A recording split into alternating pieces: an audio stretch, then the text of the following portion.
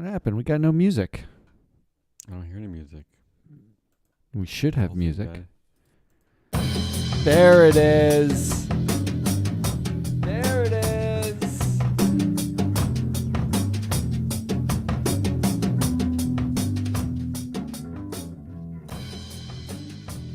Heyo. Oh, you're so dour. Every day now, it's just No, dour that's not day. dour. You reminded me that we had one irate listener who hated being jarred awake when I started yelling. Wasn't that the problem? Yeah, and the fact is, we wouldn't care if we had more than one listener. No, I love complainers. I want to hear all the complaints. I know you I like do. it. It's your favorite thing. Live from your other uncle's pawn shop, it's a Woke Data Wednesday spectacular here at the Woke Data County Fair. Joined as always by our BS correspondent, that's Board Sabermetrics, Matt Muscardi. I'm full of decorative corn. Ooh, I like decorative corn. 'Tis the season. In today's Biogen flavored bag of Vivek scented nuggets called September 28th, 2022, a Board Sabermetrics plug, an anti-woke update, and a headline war? Headline war? I think we're fighting. That sounds exciting. Can Does we just it get though? to that and skip all the actual other stuff? All right, let's skip to that. Let's No. do the things. Do the things. You wrote a whole script. It's Do in the order on my screen, so I can't change it now. All the slides are in Here order. we go. Let's just do the things. It's Woke Wednesday, baby. Woke Wednesday. And for you podcast listeners, we do this live on video. Come on, we do it East Coast at lunchtime. United States East Coast, that is, not Croatia or whatever. But Croatia's not even on an East Coast. they must have. Do they have an East Coast or just like a Southern No, coast? so They must have an isn't it like eastern a part of their Western Southern coast. They I have an don't Eastern care. nothing. Join us. Come on, we put slides together. We're trying to make do. this visual for you. You don't have to look too much at us because we're hideous, but the slides are nice. Alternatively, you can just go to the YouTube afterwards because it's on Right. YouTube. Just do the. Here we What do we got? What's happening? Matt, first I have I'm calling this a Board Sabermetrics plug because any chance I get to care about the people who run companies, I'm going to point it out. It's almost like you're selling something. Well, we've developed a product called Board Sabermetrics. Yeah. We did that. That dives deeply into the people of the G, the people of the G. Yeah. We got all kinds of exciting things. Influence score. Anyway, we talk about it a lot. You want to say anything? Can I keep going? No, look, it's just the greatest thing you don't own yet, so get it. Okay. I am plugging our new product, Board Sabermetrics, based on this article I saw out of all places, cleavescene.com. Ooh, what's the cleave scene? Is that cleavage? Shout out Is to that newspaper out there in Cleveland, Ohio. Oh, Here's it's the headline. Cleveland. Oh, okay. Yeah, here's the headline. Here are all the filthy rich Clevelanders going to Dee and Jimmy Haslam's house to donate $25,000 to J.D. Vance. Okay, I know this is confusing. Well, yeah. Not a typical business pants story. Let me help you out, Matt. First of all, who is Jimmy Haslam? Fraudster and owner of the Cleveland Browns. Yes, he is a very white-toothed dude who owns the there he is. He owns the Cleveland Browns. He's got very nice white teeth. And he inherited his daddy's corporation, Pilot Company, which is a... Oh, daddy! Oh, no, Matt, that's not a joke. He inherited his daddy's company, and now he owns the Browns. He's been in the news a lot recently, not only for being a big supporter of J.D. Vance, who we'll get to in a second, but he just basically traded 4,000 draft picks for a quarterback named Deshaun Watson, who has been sued by more than 24 female massage therapists for sexual harassment and sexual assault. The quarterback was suspended for 11 games. Blah blah blah. The NFL, Matt, actually wanted to suspend him for more, but I don't know. They didn't get what they wanted. Yeah. This has now led to a culture in Cleveland that includes Browns fans selling T-shirts that read things like "Bitch, give me a massage," holding up signs that say things like "Fuck them hoes," alongside a yeah, child there it holding a is. sign that reads "Free Watson," and then also wearing Watson jerseys with the names rubbing and tugging. So this is a terrible culture now going out there in Cleveland. A team owned by Jimmy Haslam. Okay, that's the background. That's Jimmy Haslam. I love a good society that like where Goldman Sachs buries rape and sexual harassment for a 10-year period, and Jimmy Haslam is happy to spend millions upon millions of dollars on a harassy, rapey kind of quarterback, and we're wondering why diversity matters. Yeah, I should add that Jimmy Haslam gave this guy the biggest guaranteed contract in NFL history. In history, all he had to do $200 and something million. Tossed off his previous team because he sexually harassed, allegedly, dozens of women. And assaulted. The previous team was so angry that they just never let him play again, again. But here's Jimmy Haslam to the rescue, and then he's holding a fundraiser for J.D. Vance. Who is J.D. Vance? I don't want to get too deep into politics here. It's not really what we do, but let's just call him a Trump-loving. Yeah. He's a Trump-loving, gay and woman-hating conspiracy nut out there from Ohio who's currently running for U.S. Senate. That's who J.D. Vance is, okay? Okay, great. So, good one. Why do I bring this up? Because of this article. And I ask you, who exactly came to Jimmy's house? So I did the math here, Matt. Let's figure it there out. There are 22 people listed as the entities, 22 people listed up coming to this fundraiser. Okay. And they are representatives from up to 6 publicly traded companies, okay? So it's not just people from, your next door neighbor's hot tub or whatever. Okay, These are not the rich guy who sells insurance down the street. Out of these 22 people, here's who they are. I did all the research. Here's who they are. We have 12 CEOs, 5 founders, 5 chairmen, 1 COO, 1 director. How'd they get in? And a hobbyist golf course owner. Oh, I thrown that one in there for comedy, but that's actually true. So when you're just okay, here's why I put this story together, Matt. Because these are the people I know you're all worried and you're hand wringing about the upcoming elections, and these are the people supporting candidates like this. But these aren't just normal people. These are your CEOs, your founders, your chairs, your directors, and our board Sabermetrics product, Matt, is going to help shine a light on these people.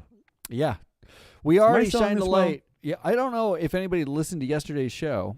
We're doing corporate theater on Tuesdays, but at the tail end of the show, I did a follow-up on Doug Ramsey, the COO of Beyond Meat, who bit a man's nose off in a parking lot after a college football game, and found out that Doug Ramsey got his COO position probably because he knows the head of the nominating committee personally through business transactions that they did when he was at Tyson Foods, and the head of the nominating committee was at Yum Brands, who buys chicken exclusively from Tyson Foods. So we can find those things for you. That seems important, doesn't it? Yeah, it does. It does seem important, Matt. It does seem important. Yeah. Before I get off this story. Oh, okay. They do agree. So again, these are the 22 people who are going to Jimmy Haslam's fundraising party for J.D. Vance, including 12 founders, 12 Anybody CEOs, Anybody 5 founders, good? 5 chairs. All right, a special shout out to one group in particular, the NRP Group. Okay? This is not the biggest names here, Matt, are the chair and CEO at Transdigm. I don't know what that is. Aerospace parts manufacturer. Forget about that. I want to do a special. Go to the next slide. Special shout out to NRP Group, which features I went to their website, which features a leadership page with a photo of a black man leading a meeting to a group of 5 people. So look at this picture, Matt. He's leading a meeting. This is the leadership page. This is their leadership page. NRP Group. Okay, I like it. It's a black man leading a meeting to a group of 5 people, which includes 3 women. Also, one of them is a black woman, okay? But I did the research, Matt. Here's where I get a little confused. I did the research. There's a list of 61 people on the leadership roster at NRP Group. Yeah. I had to scroll down all the way to person number 56 to find a black man. Okay? That's the only black person out of 61 people, and this is in Cleveland. Of all, this is not a lily white city. This is Cleveland. I had to scroll down to number 56 to find a black man, and I have a picture. That's not the same black man. That's a different black man. That's all I'm saying. So I don't know what NRP Group. I don't know what you're doing. I know you're all caught up in the anti-woke wars, which we'll segue to next with Matt. But you're kind of also you're using photos to show a black leader at a company where you have no black leaders, but you're supporting political candidates who are against woke politics. I don't know. Matt, what is going on? What is happening? Here's your problem. You don't get joke woke. That's what this is. This is joke woke. Because the joke here at NRP Group there in Ohio, I hope you're listening, is that a black man would be a leader at the company. That's the joke. That's you the got joke. it. Yeah, you got it. Woohoo! Yeah, okay. Look, you finally got the joke. You're in on the joke. All right, what do you got for us, Matt? All right, I got nothing hugely impressive except. So why is the breaking news theme going? Because everything's breaking news here.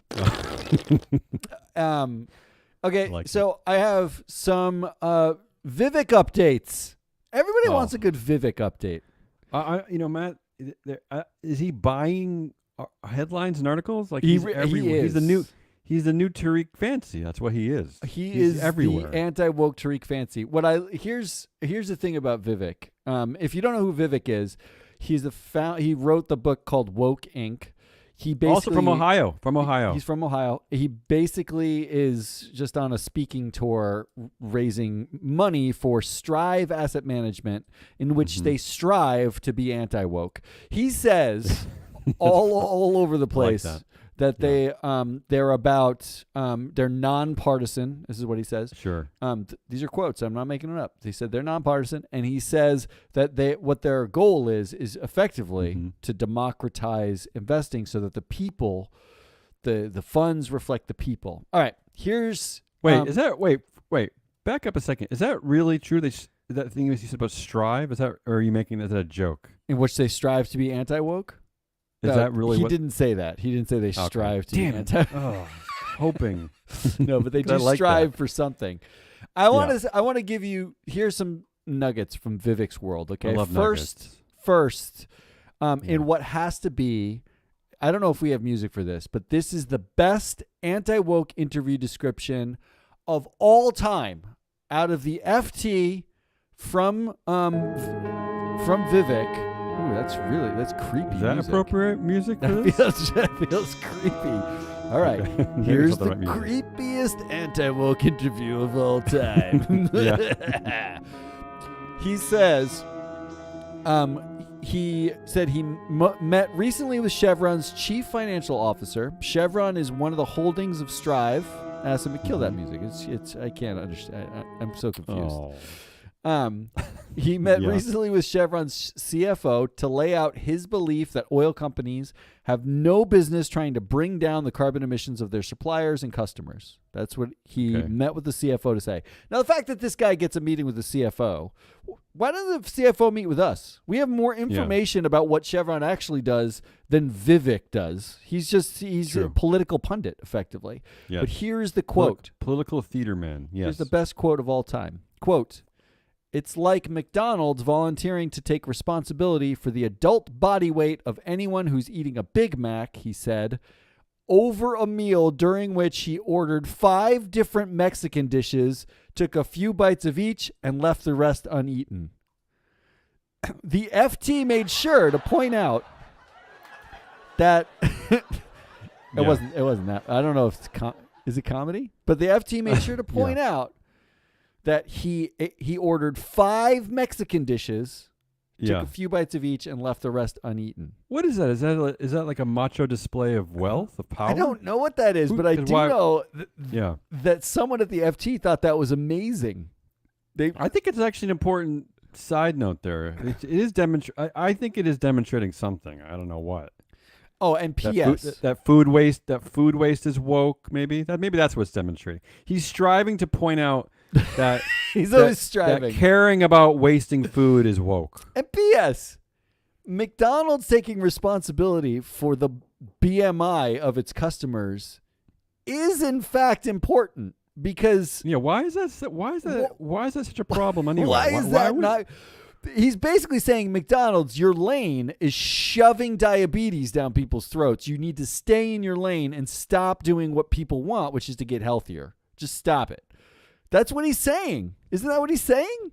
I love it. I don't know what he's saying. Yeah, and these analogies are for third graders, frankly. My second update, just from Vivek's world, is straight from Strive. Straight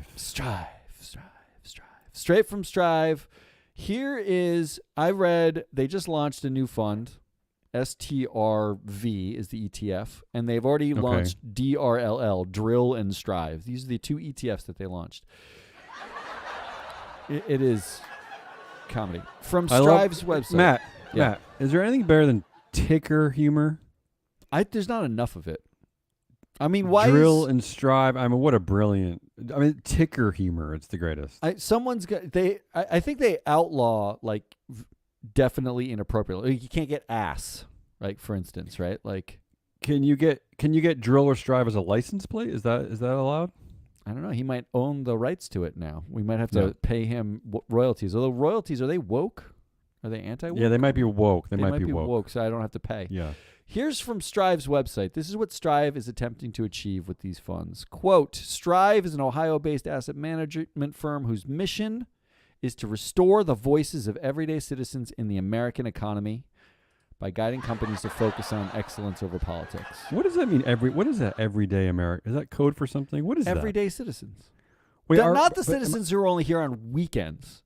Yeah, but do I count? Citizens. Do I count as that? Like, do I care about McDonald's making their customers unhealthy and dying, heart attacks, diabetes? Am I an everyday American? No, you're Vivek? not. I'm asking Vivek, not you, Matt. Stop it. Vivek, am I an everyday American that I care about women in leadership, for instance? Just shut up. Do I count? Do I count? That's the problem. Oh. Here's how he describes Strive to Bloomberg. Strive can speak for the silent majority of Americans who want business to mind its business. That's how it's described. Silent majority. And this is from Vivek in a speech himself. Strive will speak for the forgotten, the disempowered, the abused. For the 100 million plus ordinary investors whose voices are being drowned out by elitist big money. We allow people to speak in a way they haven't been able to speak before. Do you get the sense? Do you get what's going on here? I really don't, the people to talk. Because Matt, the silent majority, does he mean that the three out of the last four times the Republican has won the presidency in America, that they've lost a popular vote? Is that what he means by the silent majority? I think the silent majority he's talking about is the investor majority. Like, he's basically saying BlackRock is the liberal elitist cabal running the country, and the silent American majority of investors needs to stand up, and he's giving them a voice to do that. Great. And this is their great coup at Strive, because this is what they do to give them the voice. This is a quote directly from Strive's proxy voting guidelines. Okay. In the absence of specific voting guidelines from the fund, the firm will vote proxies in the best interests of the fund. Such as to say, we will vote the proxies however we see fit. The voice you got! Okay. Do you like the voice you got? Everyday Americans just got a voice, which is Strive says what they will do. His voice. Yeah. And that voice will generally vote in favor of routine corporate housekeeping protocols or proposals, such as the selection of auditors, as long as the selection of auditors is, quote, absent conflicts of interest.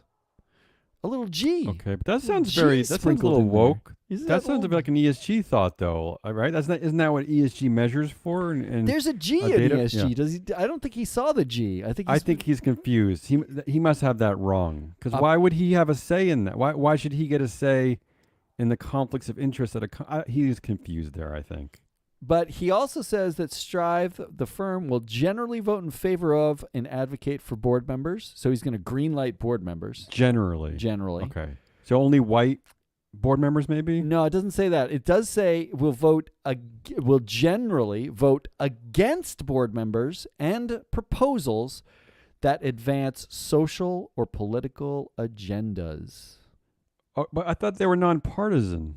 They're so how are they going to? They're removing all agendas. So will they all vote politics against and all agendas? So they're going to vote against the anti-woke proposals of the narrow companies, right? They need to vote against. They the right basically, wing. If there's a proposal from a shareholder, they from need the left to vote or no right wing on it. It's just got to be no. They just have to. I want to see proof of this. I want to see proof of this. And then after I looked at all of this and realized that they're just effectively every other fund. It pains me to tell you this. I ran DRLL, the energy fund for Vivek Ramaswamy's Strive Asset Management, the anti-woke energy fund. I ran it through MSCI's ESG portfolio analysis tool. Yeah.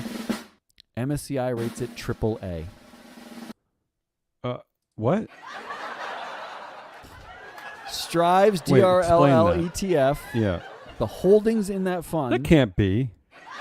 Are rated AAA as a group by MSCI. It is the really top ESG rated energy fund that you can get. I don't understand. Something must be wrong. In fact, nearly half of the fund's holdings had upward momentum on ESG ratings, meaning MSCI has increased their ratings. At ESG. They're getting better and better What's at it. Vivek going to say about this, you think? What well, will be my guess is he picked channel them. Vivek for us? My guess is he picked them so that he can knock them all down, so he can de-wokeify them. They're too good. I don't understand. They've all got top ratings. The top holding is Exxon. Too good. Exxon's way too woke. Chevron, too woke. Get out. Right. We got to kill the wokeness.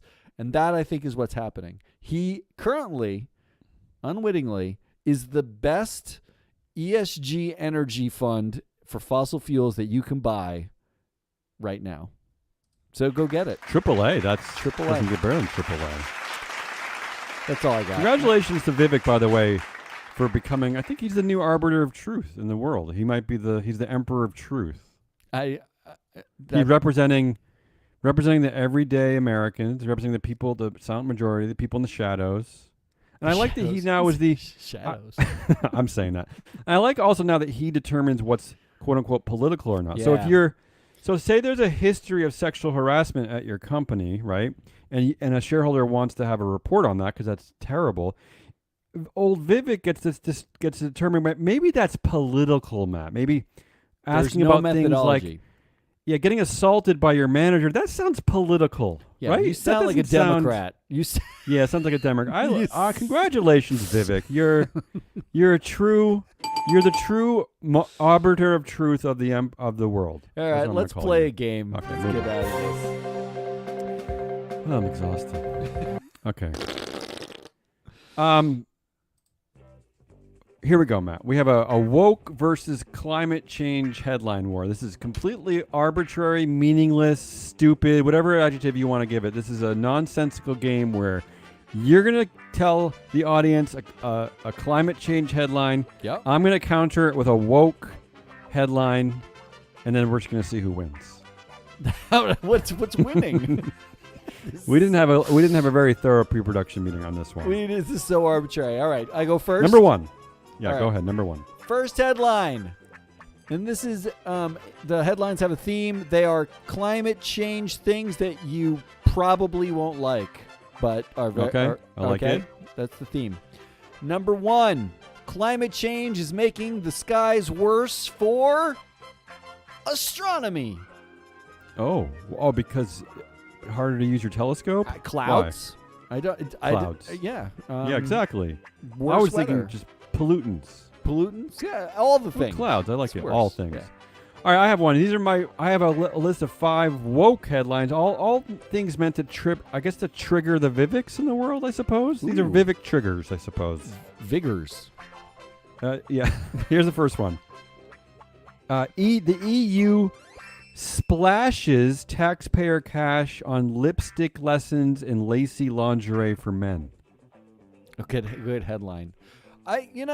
Though I'll say this.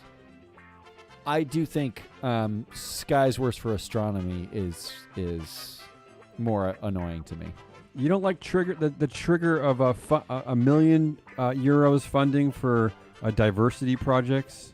That doesn't really trigger me. That doesn't really trigger. So All right, I'm going to say two. that I won that one. Yeah, you think you won that one. You start. You go next. Number 2, a Vivek woke trigger headline. Former Education Secretary Betsy DeVos says woke teachers unions are holding children hostage. Oh. What do you think about that one? It's a good one, right? I love that. It's nice, right? Woke unions holding kids hostage. This is great. It's very visual. All right. I don't know if I can beat that, but I'm going to go with this. Yeah. Climate change could mean more intense locust outbreaks and threaten food security. Locusts. Yeah, I'm going to give me the win on this one because we covered that one in the past. How dare you? Did we really? I don't know. Okay. All right. Next up, I'll do the next one, which is climate change is turning the trees into gluttons. Trees are getting fat on CO2. I like that. How about this one? My woke trigger headline. My daughter woke up with a wart. Now she has a hole in her face. Our algorithm that is collecting all the woke data news, all the woke news, all the anti-woke, all the anti-ESG. It captured that one, so I like that one. That one's way better. I thought fat trees was funny, but not funnier than that. All right, what's your next one? 19 people who woke up one morning and immediately regretted every single decision they made that day. Wait, that's a headline? This is journalism, Matt. Yeah, what do you got? That one loses out to climate change blues, many lakes to turn green and brown from Down to Earth magazine. Yeah. I know this is true because I was just visiting my son's friend there in Massachusetts who lives on a little lake, and it's turned green. So that's not wrong. Thank you, climate change. It's green, bright green. I got the win on that one. And finally, for me, the most serious climate change implication in the history of climate change. The future of golf in a world of climate change. It's an article about how golfing may not survive in certain places thanks to climate change. I think that painful. Sounds like good news, no? I don't know how to take that one. We'll put it in the good game for next week. I got this one for you. I got this one. Sports pundit Mark Lawrenson takes aim at woke BBC and blames his firing on being a 65-year-old white male. This is a good one, Matt. I have to give you a little bit of context. He was complaining that because he's a 65-year-old white man, and it's woke times that he's not allowed to say what he wants to say, because that's the big complaint these days. It's woke. He can't say anything. Here's the quote from the article. In all my time at the BBC, nobody ever said you can't say this or that, but the woke thing drives me bonkers. They never actually told him that he couldn't say anything. Yeah, but they forgot to tell him that part. That's all I got. I don't know what the point of that game was, but that was the best game we've ever played. I think I won it overall. That is Damian Rollis. I am Matt Muscardi. It was woke/anti-woke Wednesday because it just seems like everything's anti-woke now. There's no. Oh yeah, next week we have a new addition to our Woke Data Wednesday. We'll have a S-gauge data. ES gauge. Oh my God. No, it's actually. I talked to them yesterday, Matt. It's actually S gauge. Oh. And I think contractually we're not allowed to make fun of that. Oh. Well, I don't care what they call themselves. It's their pronoun. We'll talk about this more next week. This sounds confusing. We have a sponsor, is what we have. Yeah, we have a sponsor. We'll talk about sponsor. We'll introduce you to them next week. They're going to be with us for a while because someone listens to this show, turns out. Featuring a data minute from Paul Hodgson. So for all you who know Paul Hodgson, we're very happy to have him on board. Yeah. Paul's going to join us, but I won't because I will be away next week. Oh, yeah. That's So, right. Never mind. Never mind. It'll be great You'll for be you to gone. do by yourself. That's Damien. Yeah. I'm Matt. We are Free Float Media. This was Business Pants. Until tomorrow, goodbye.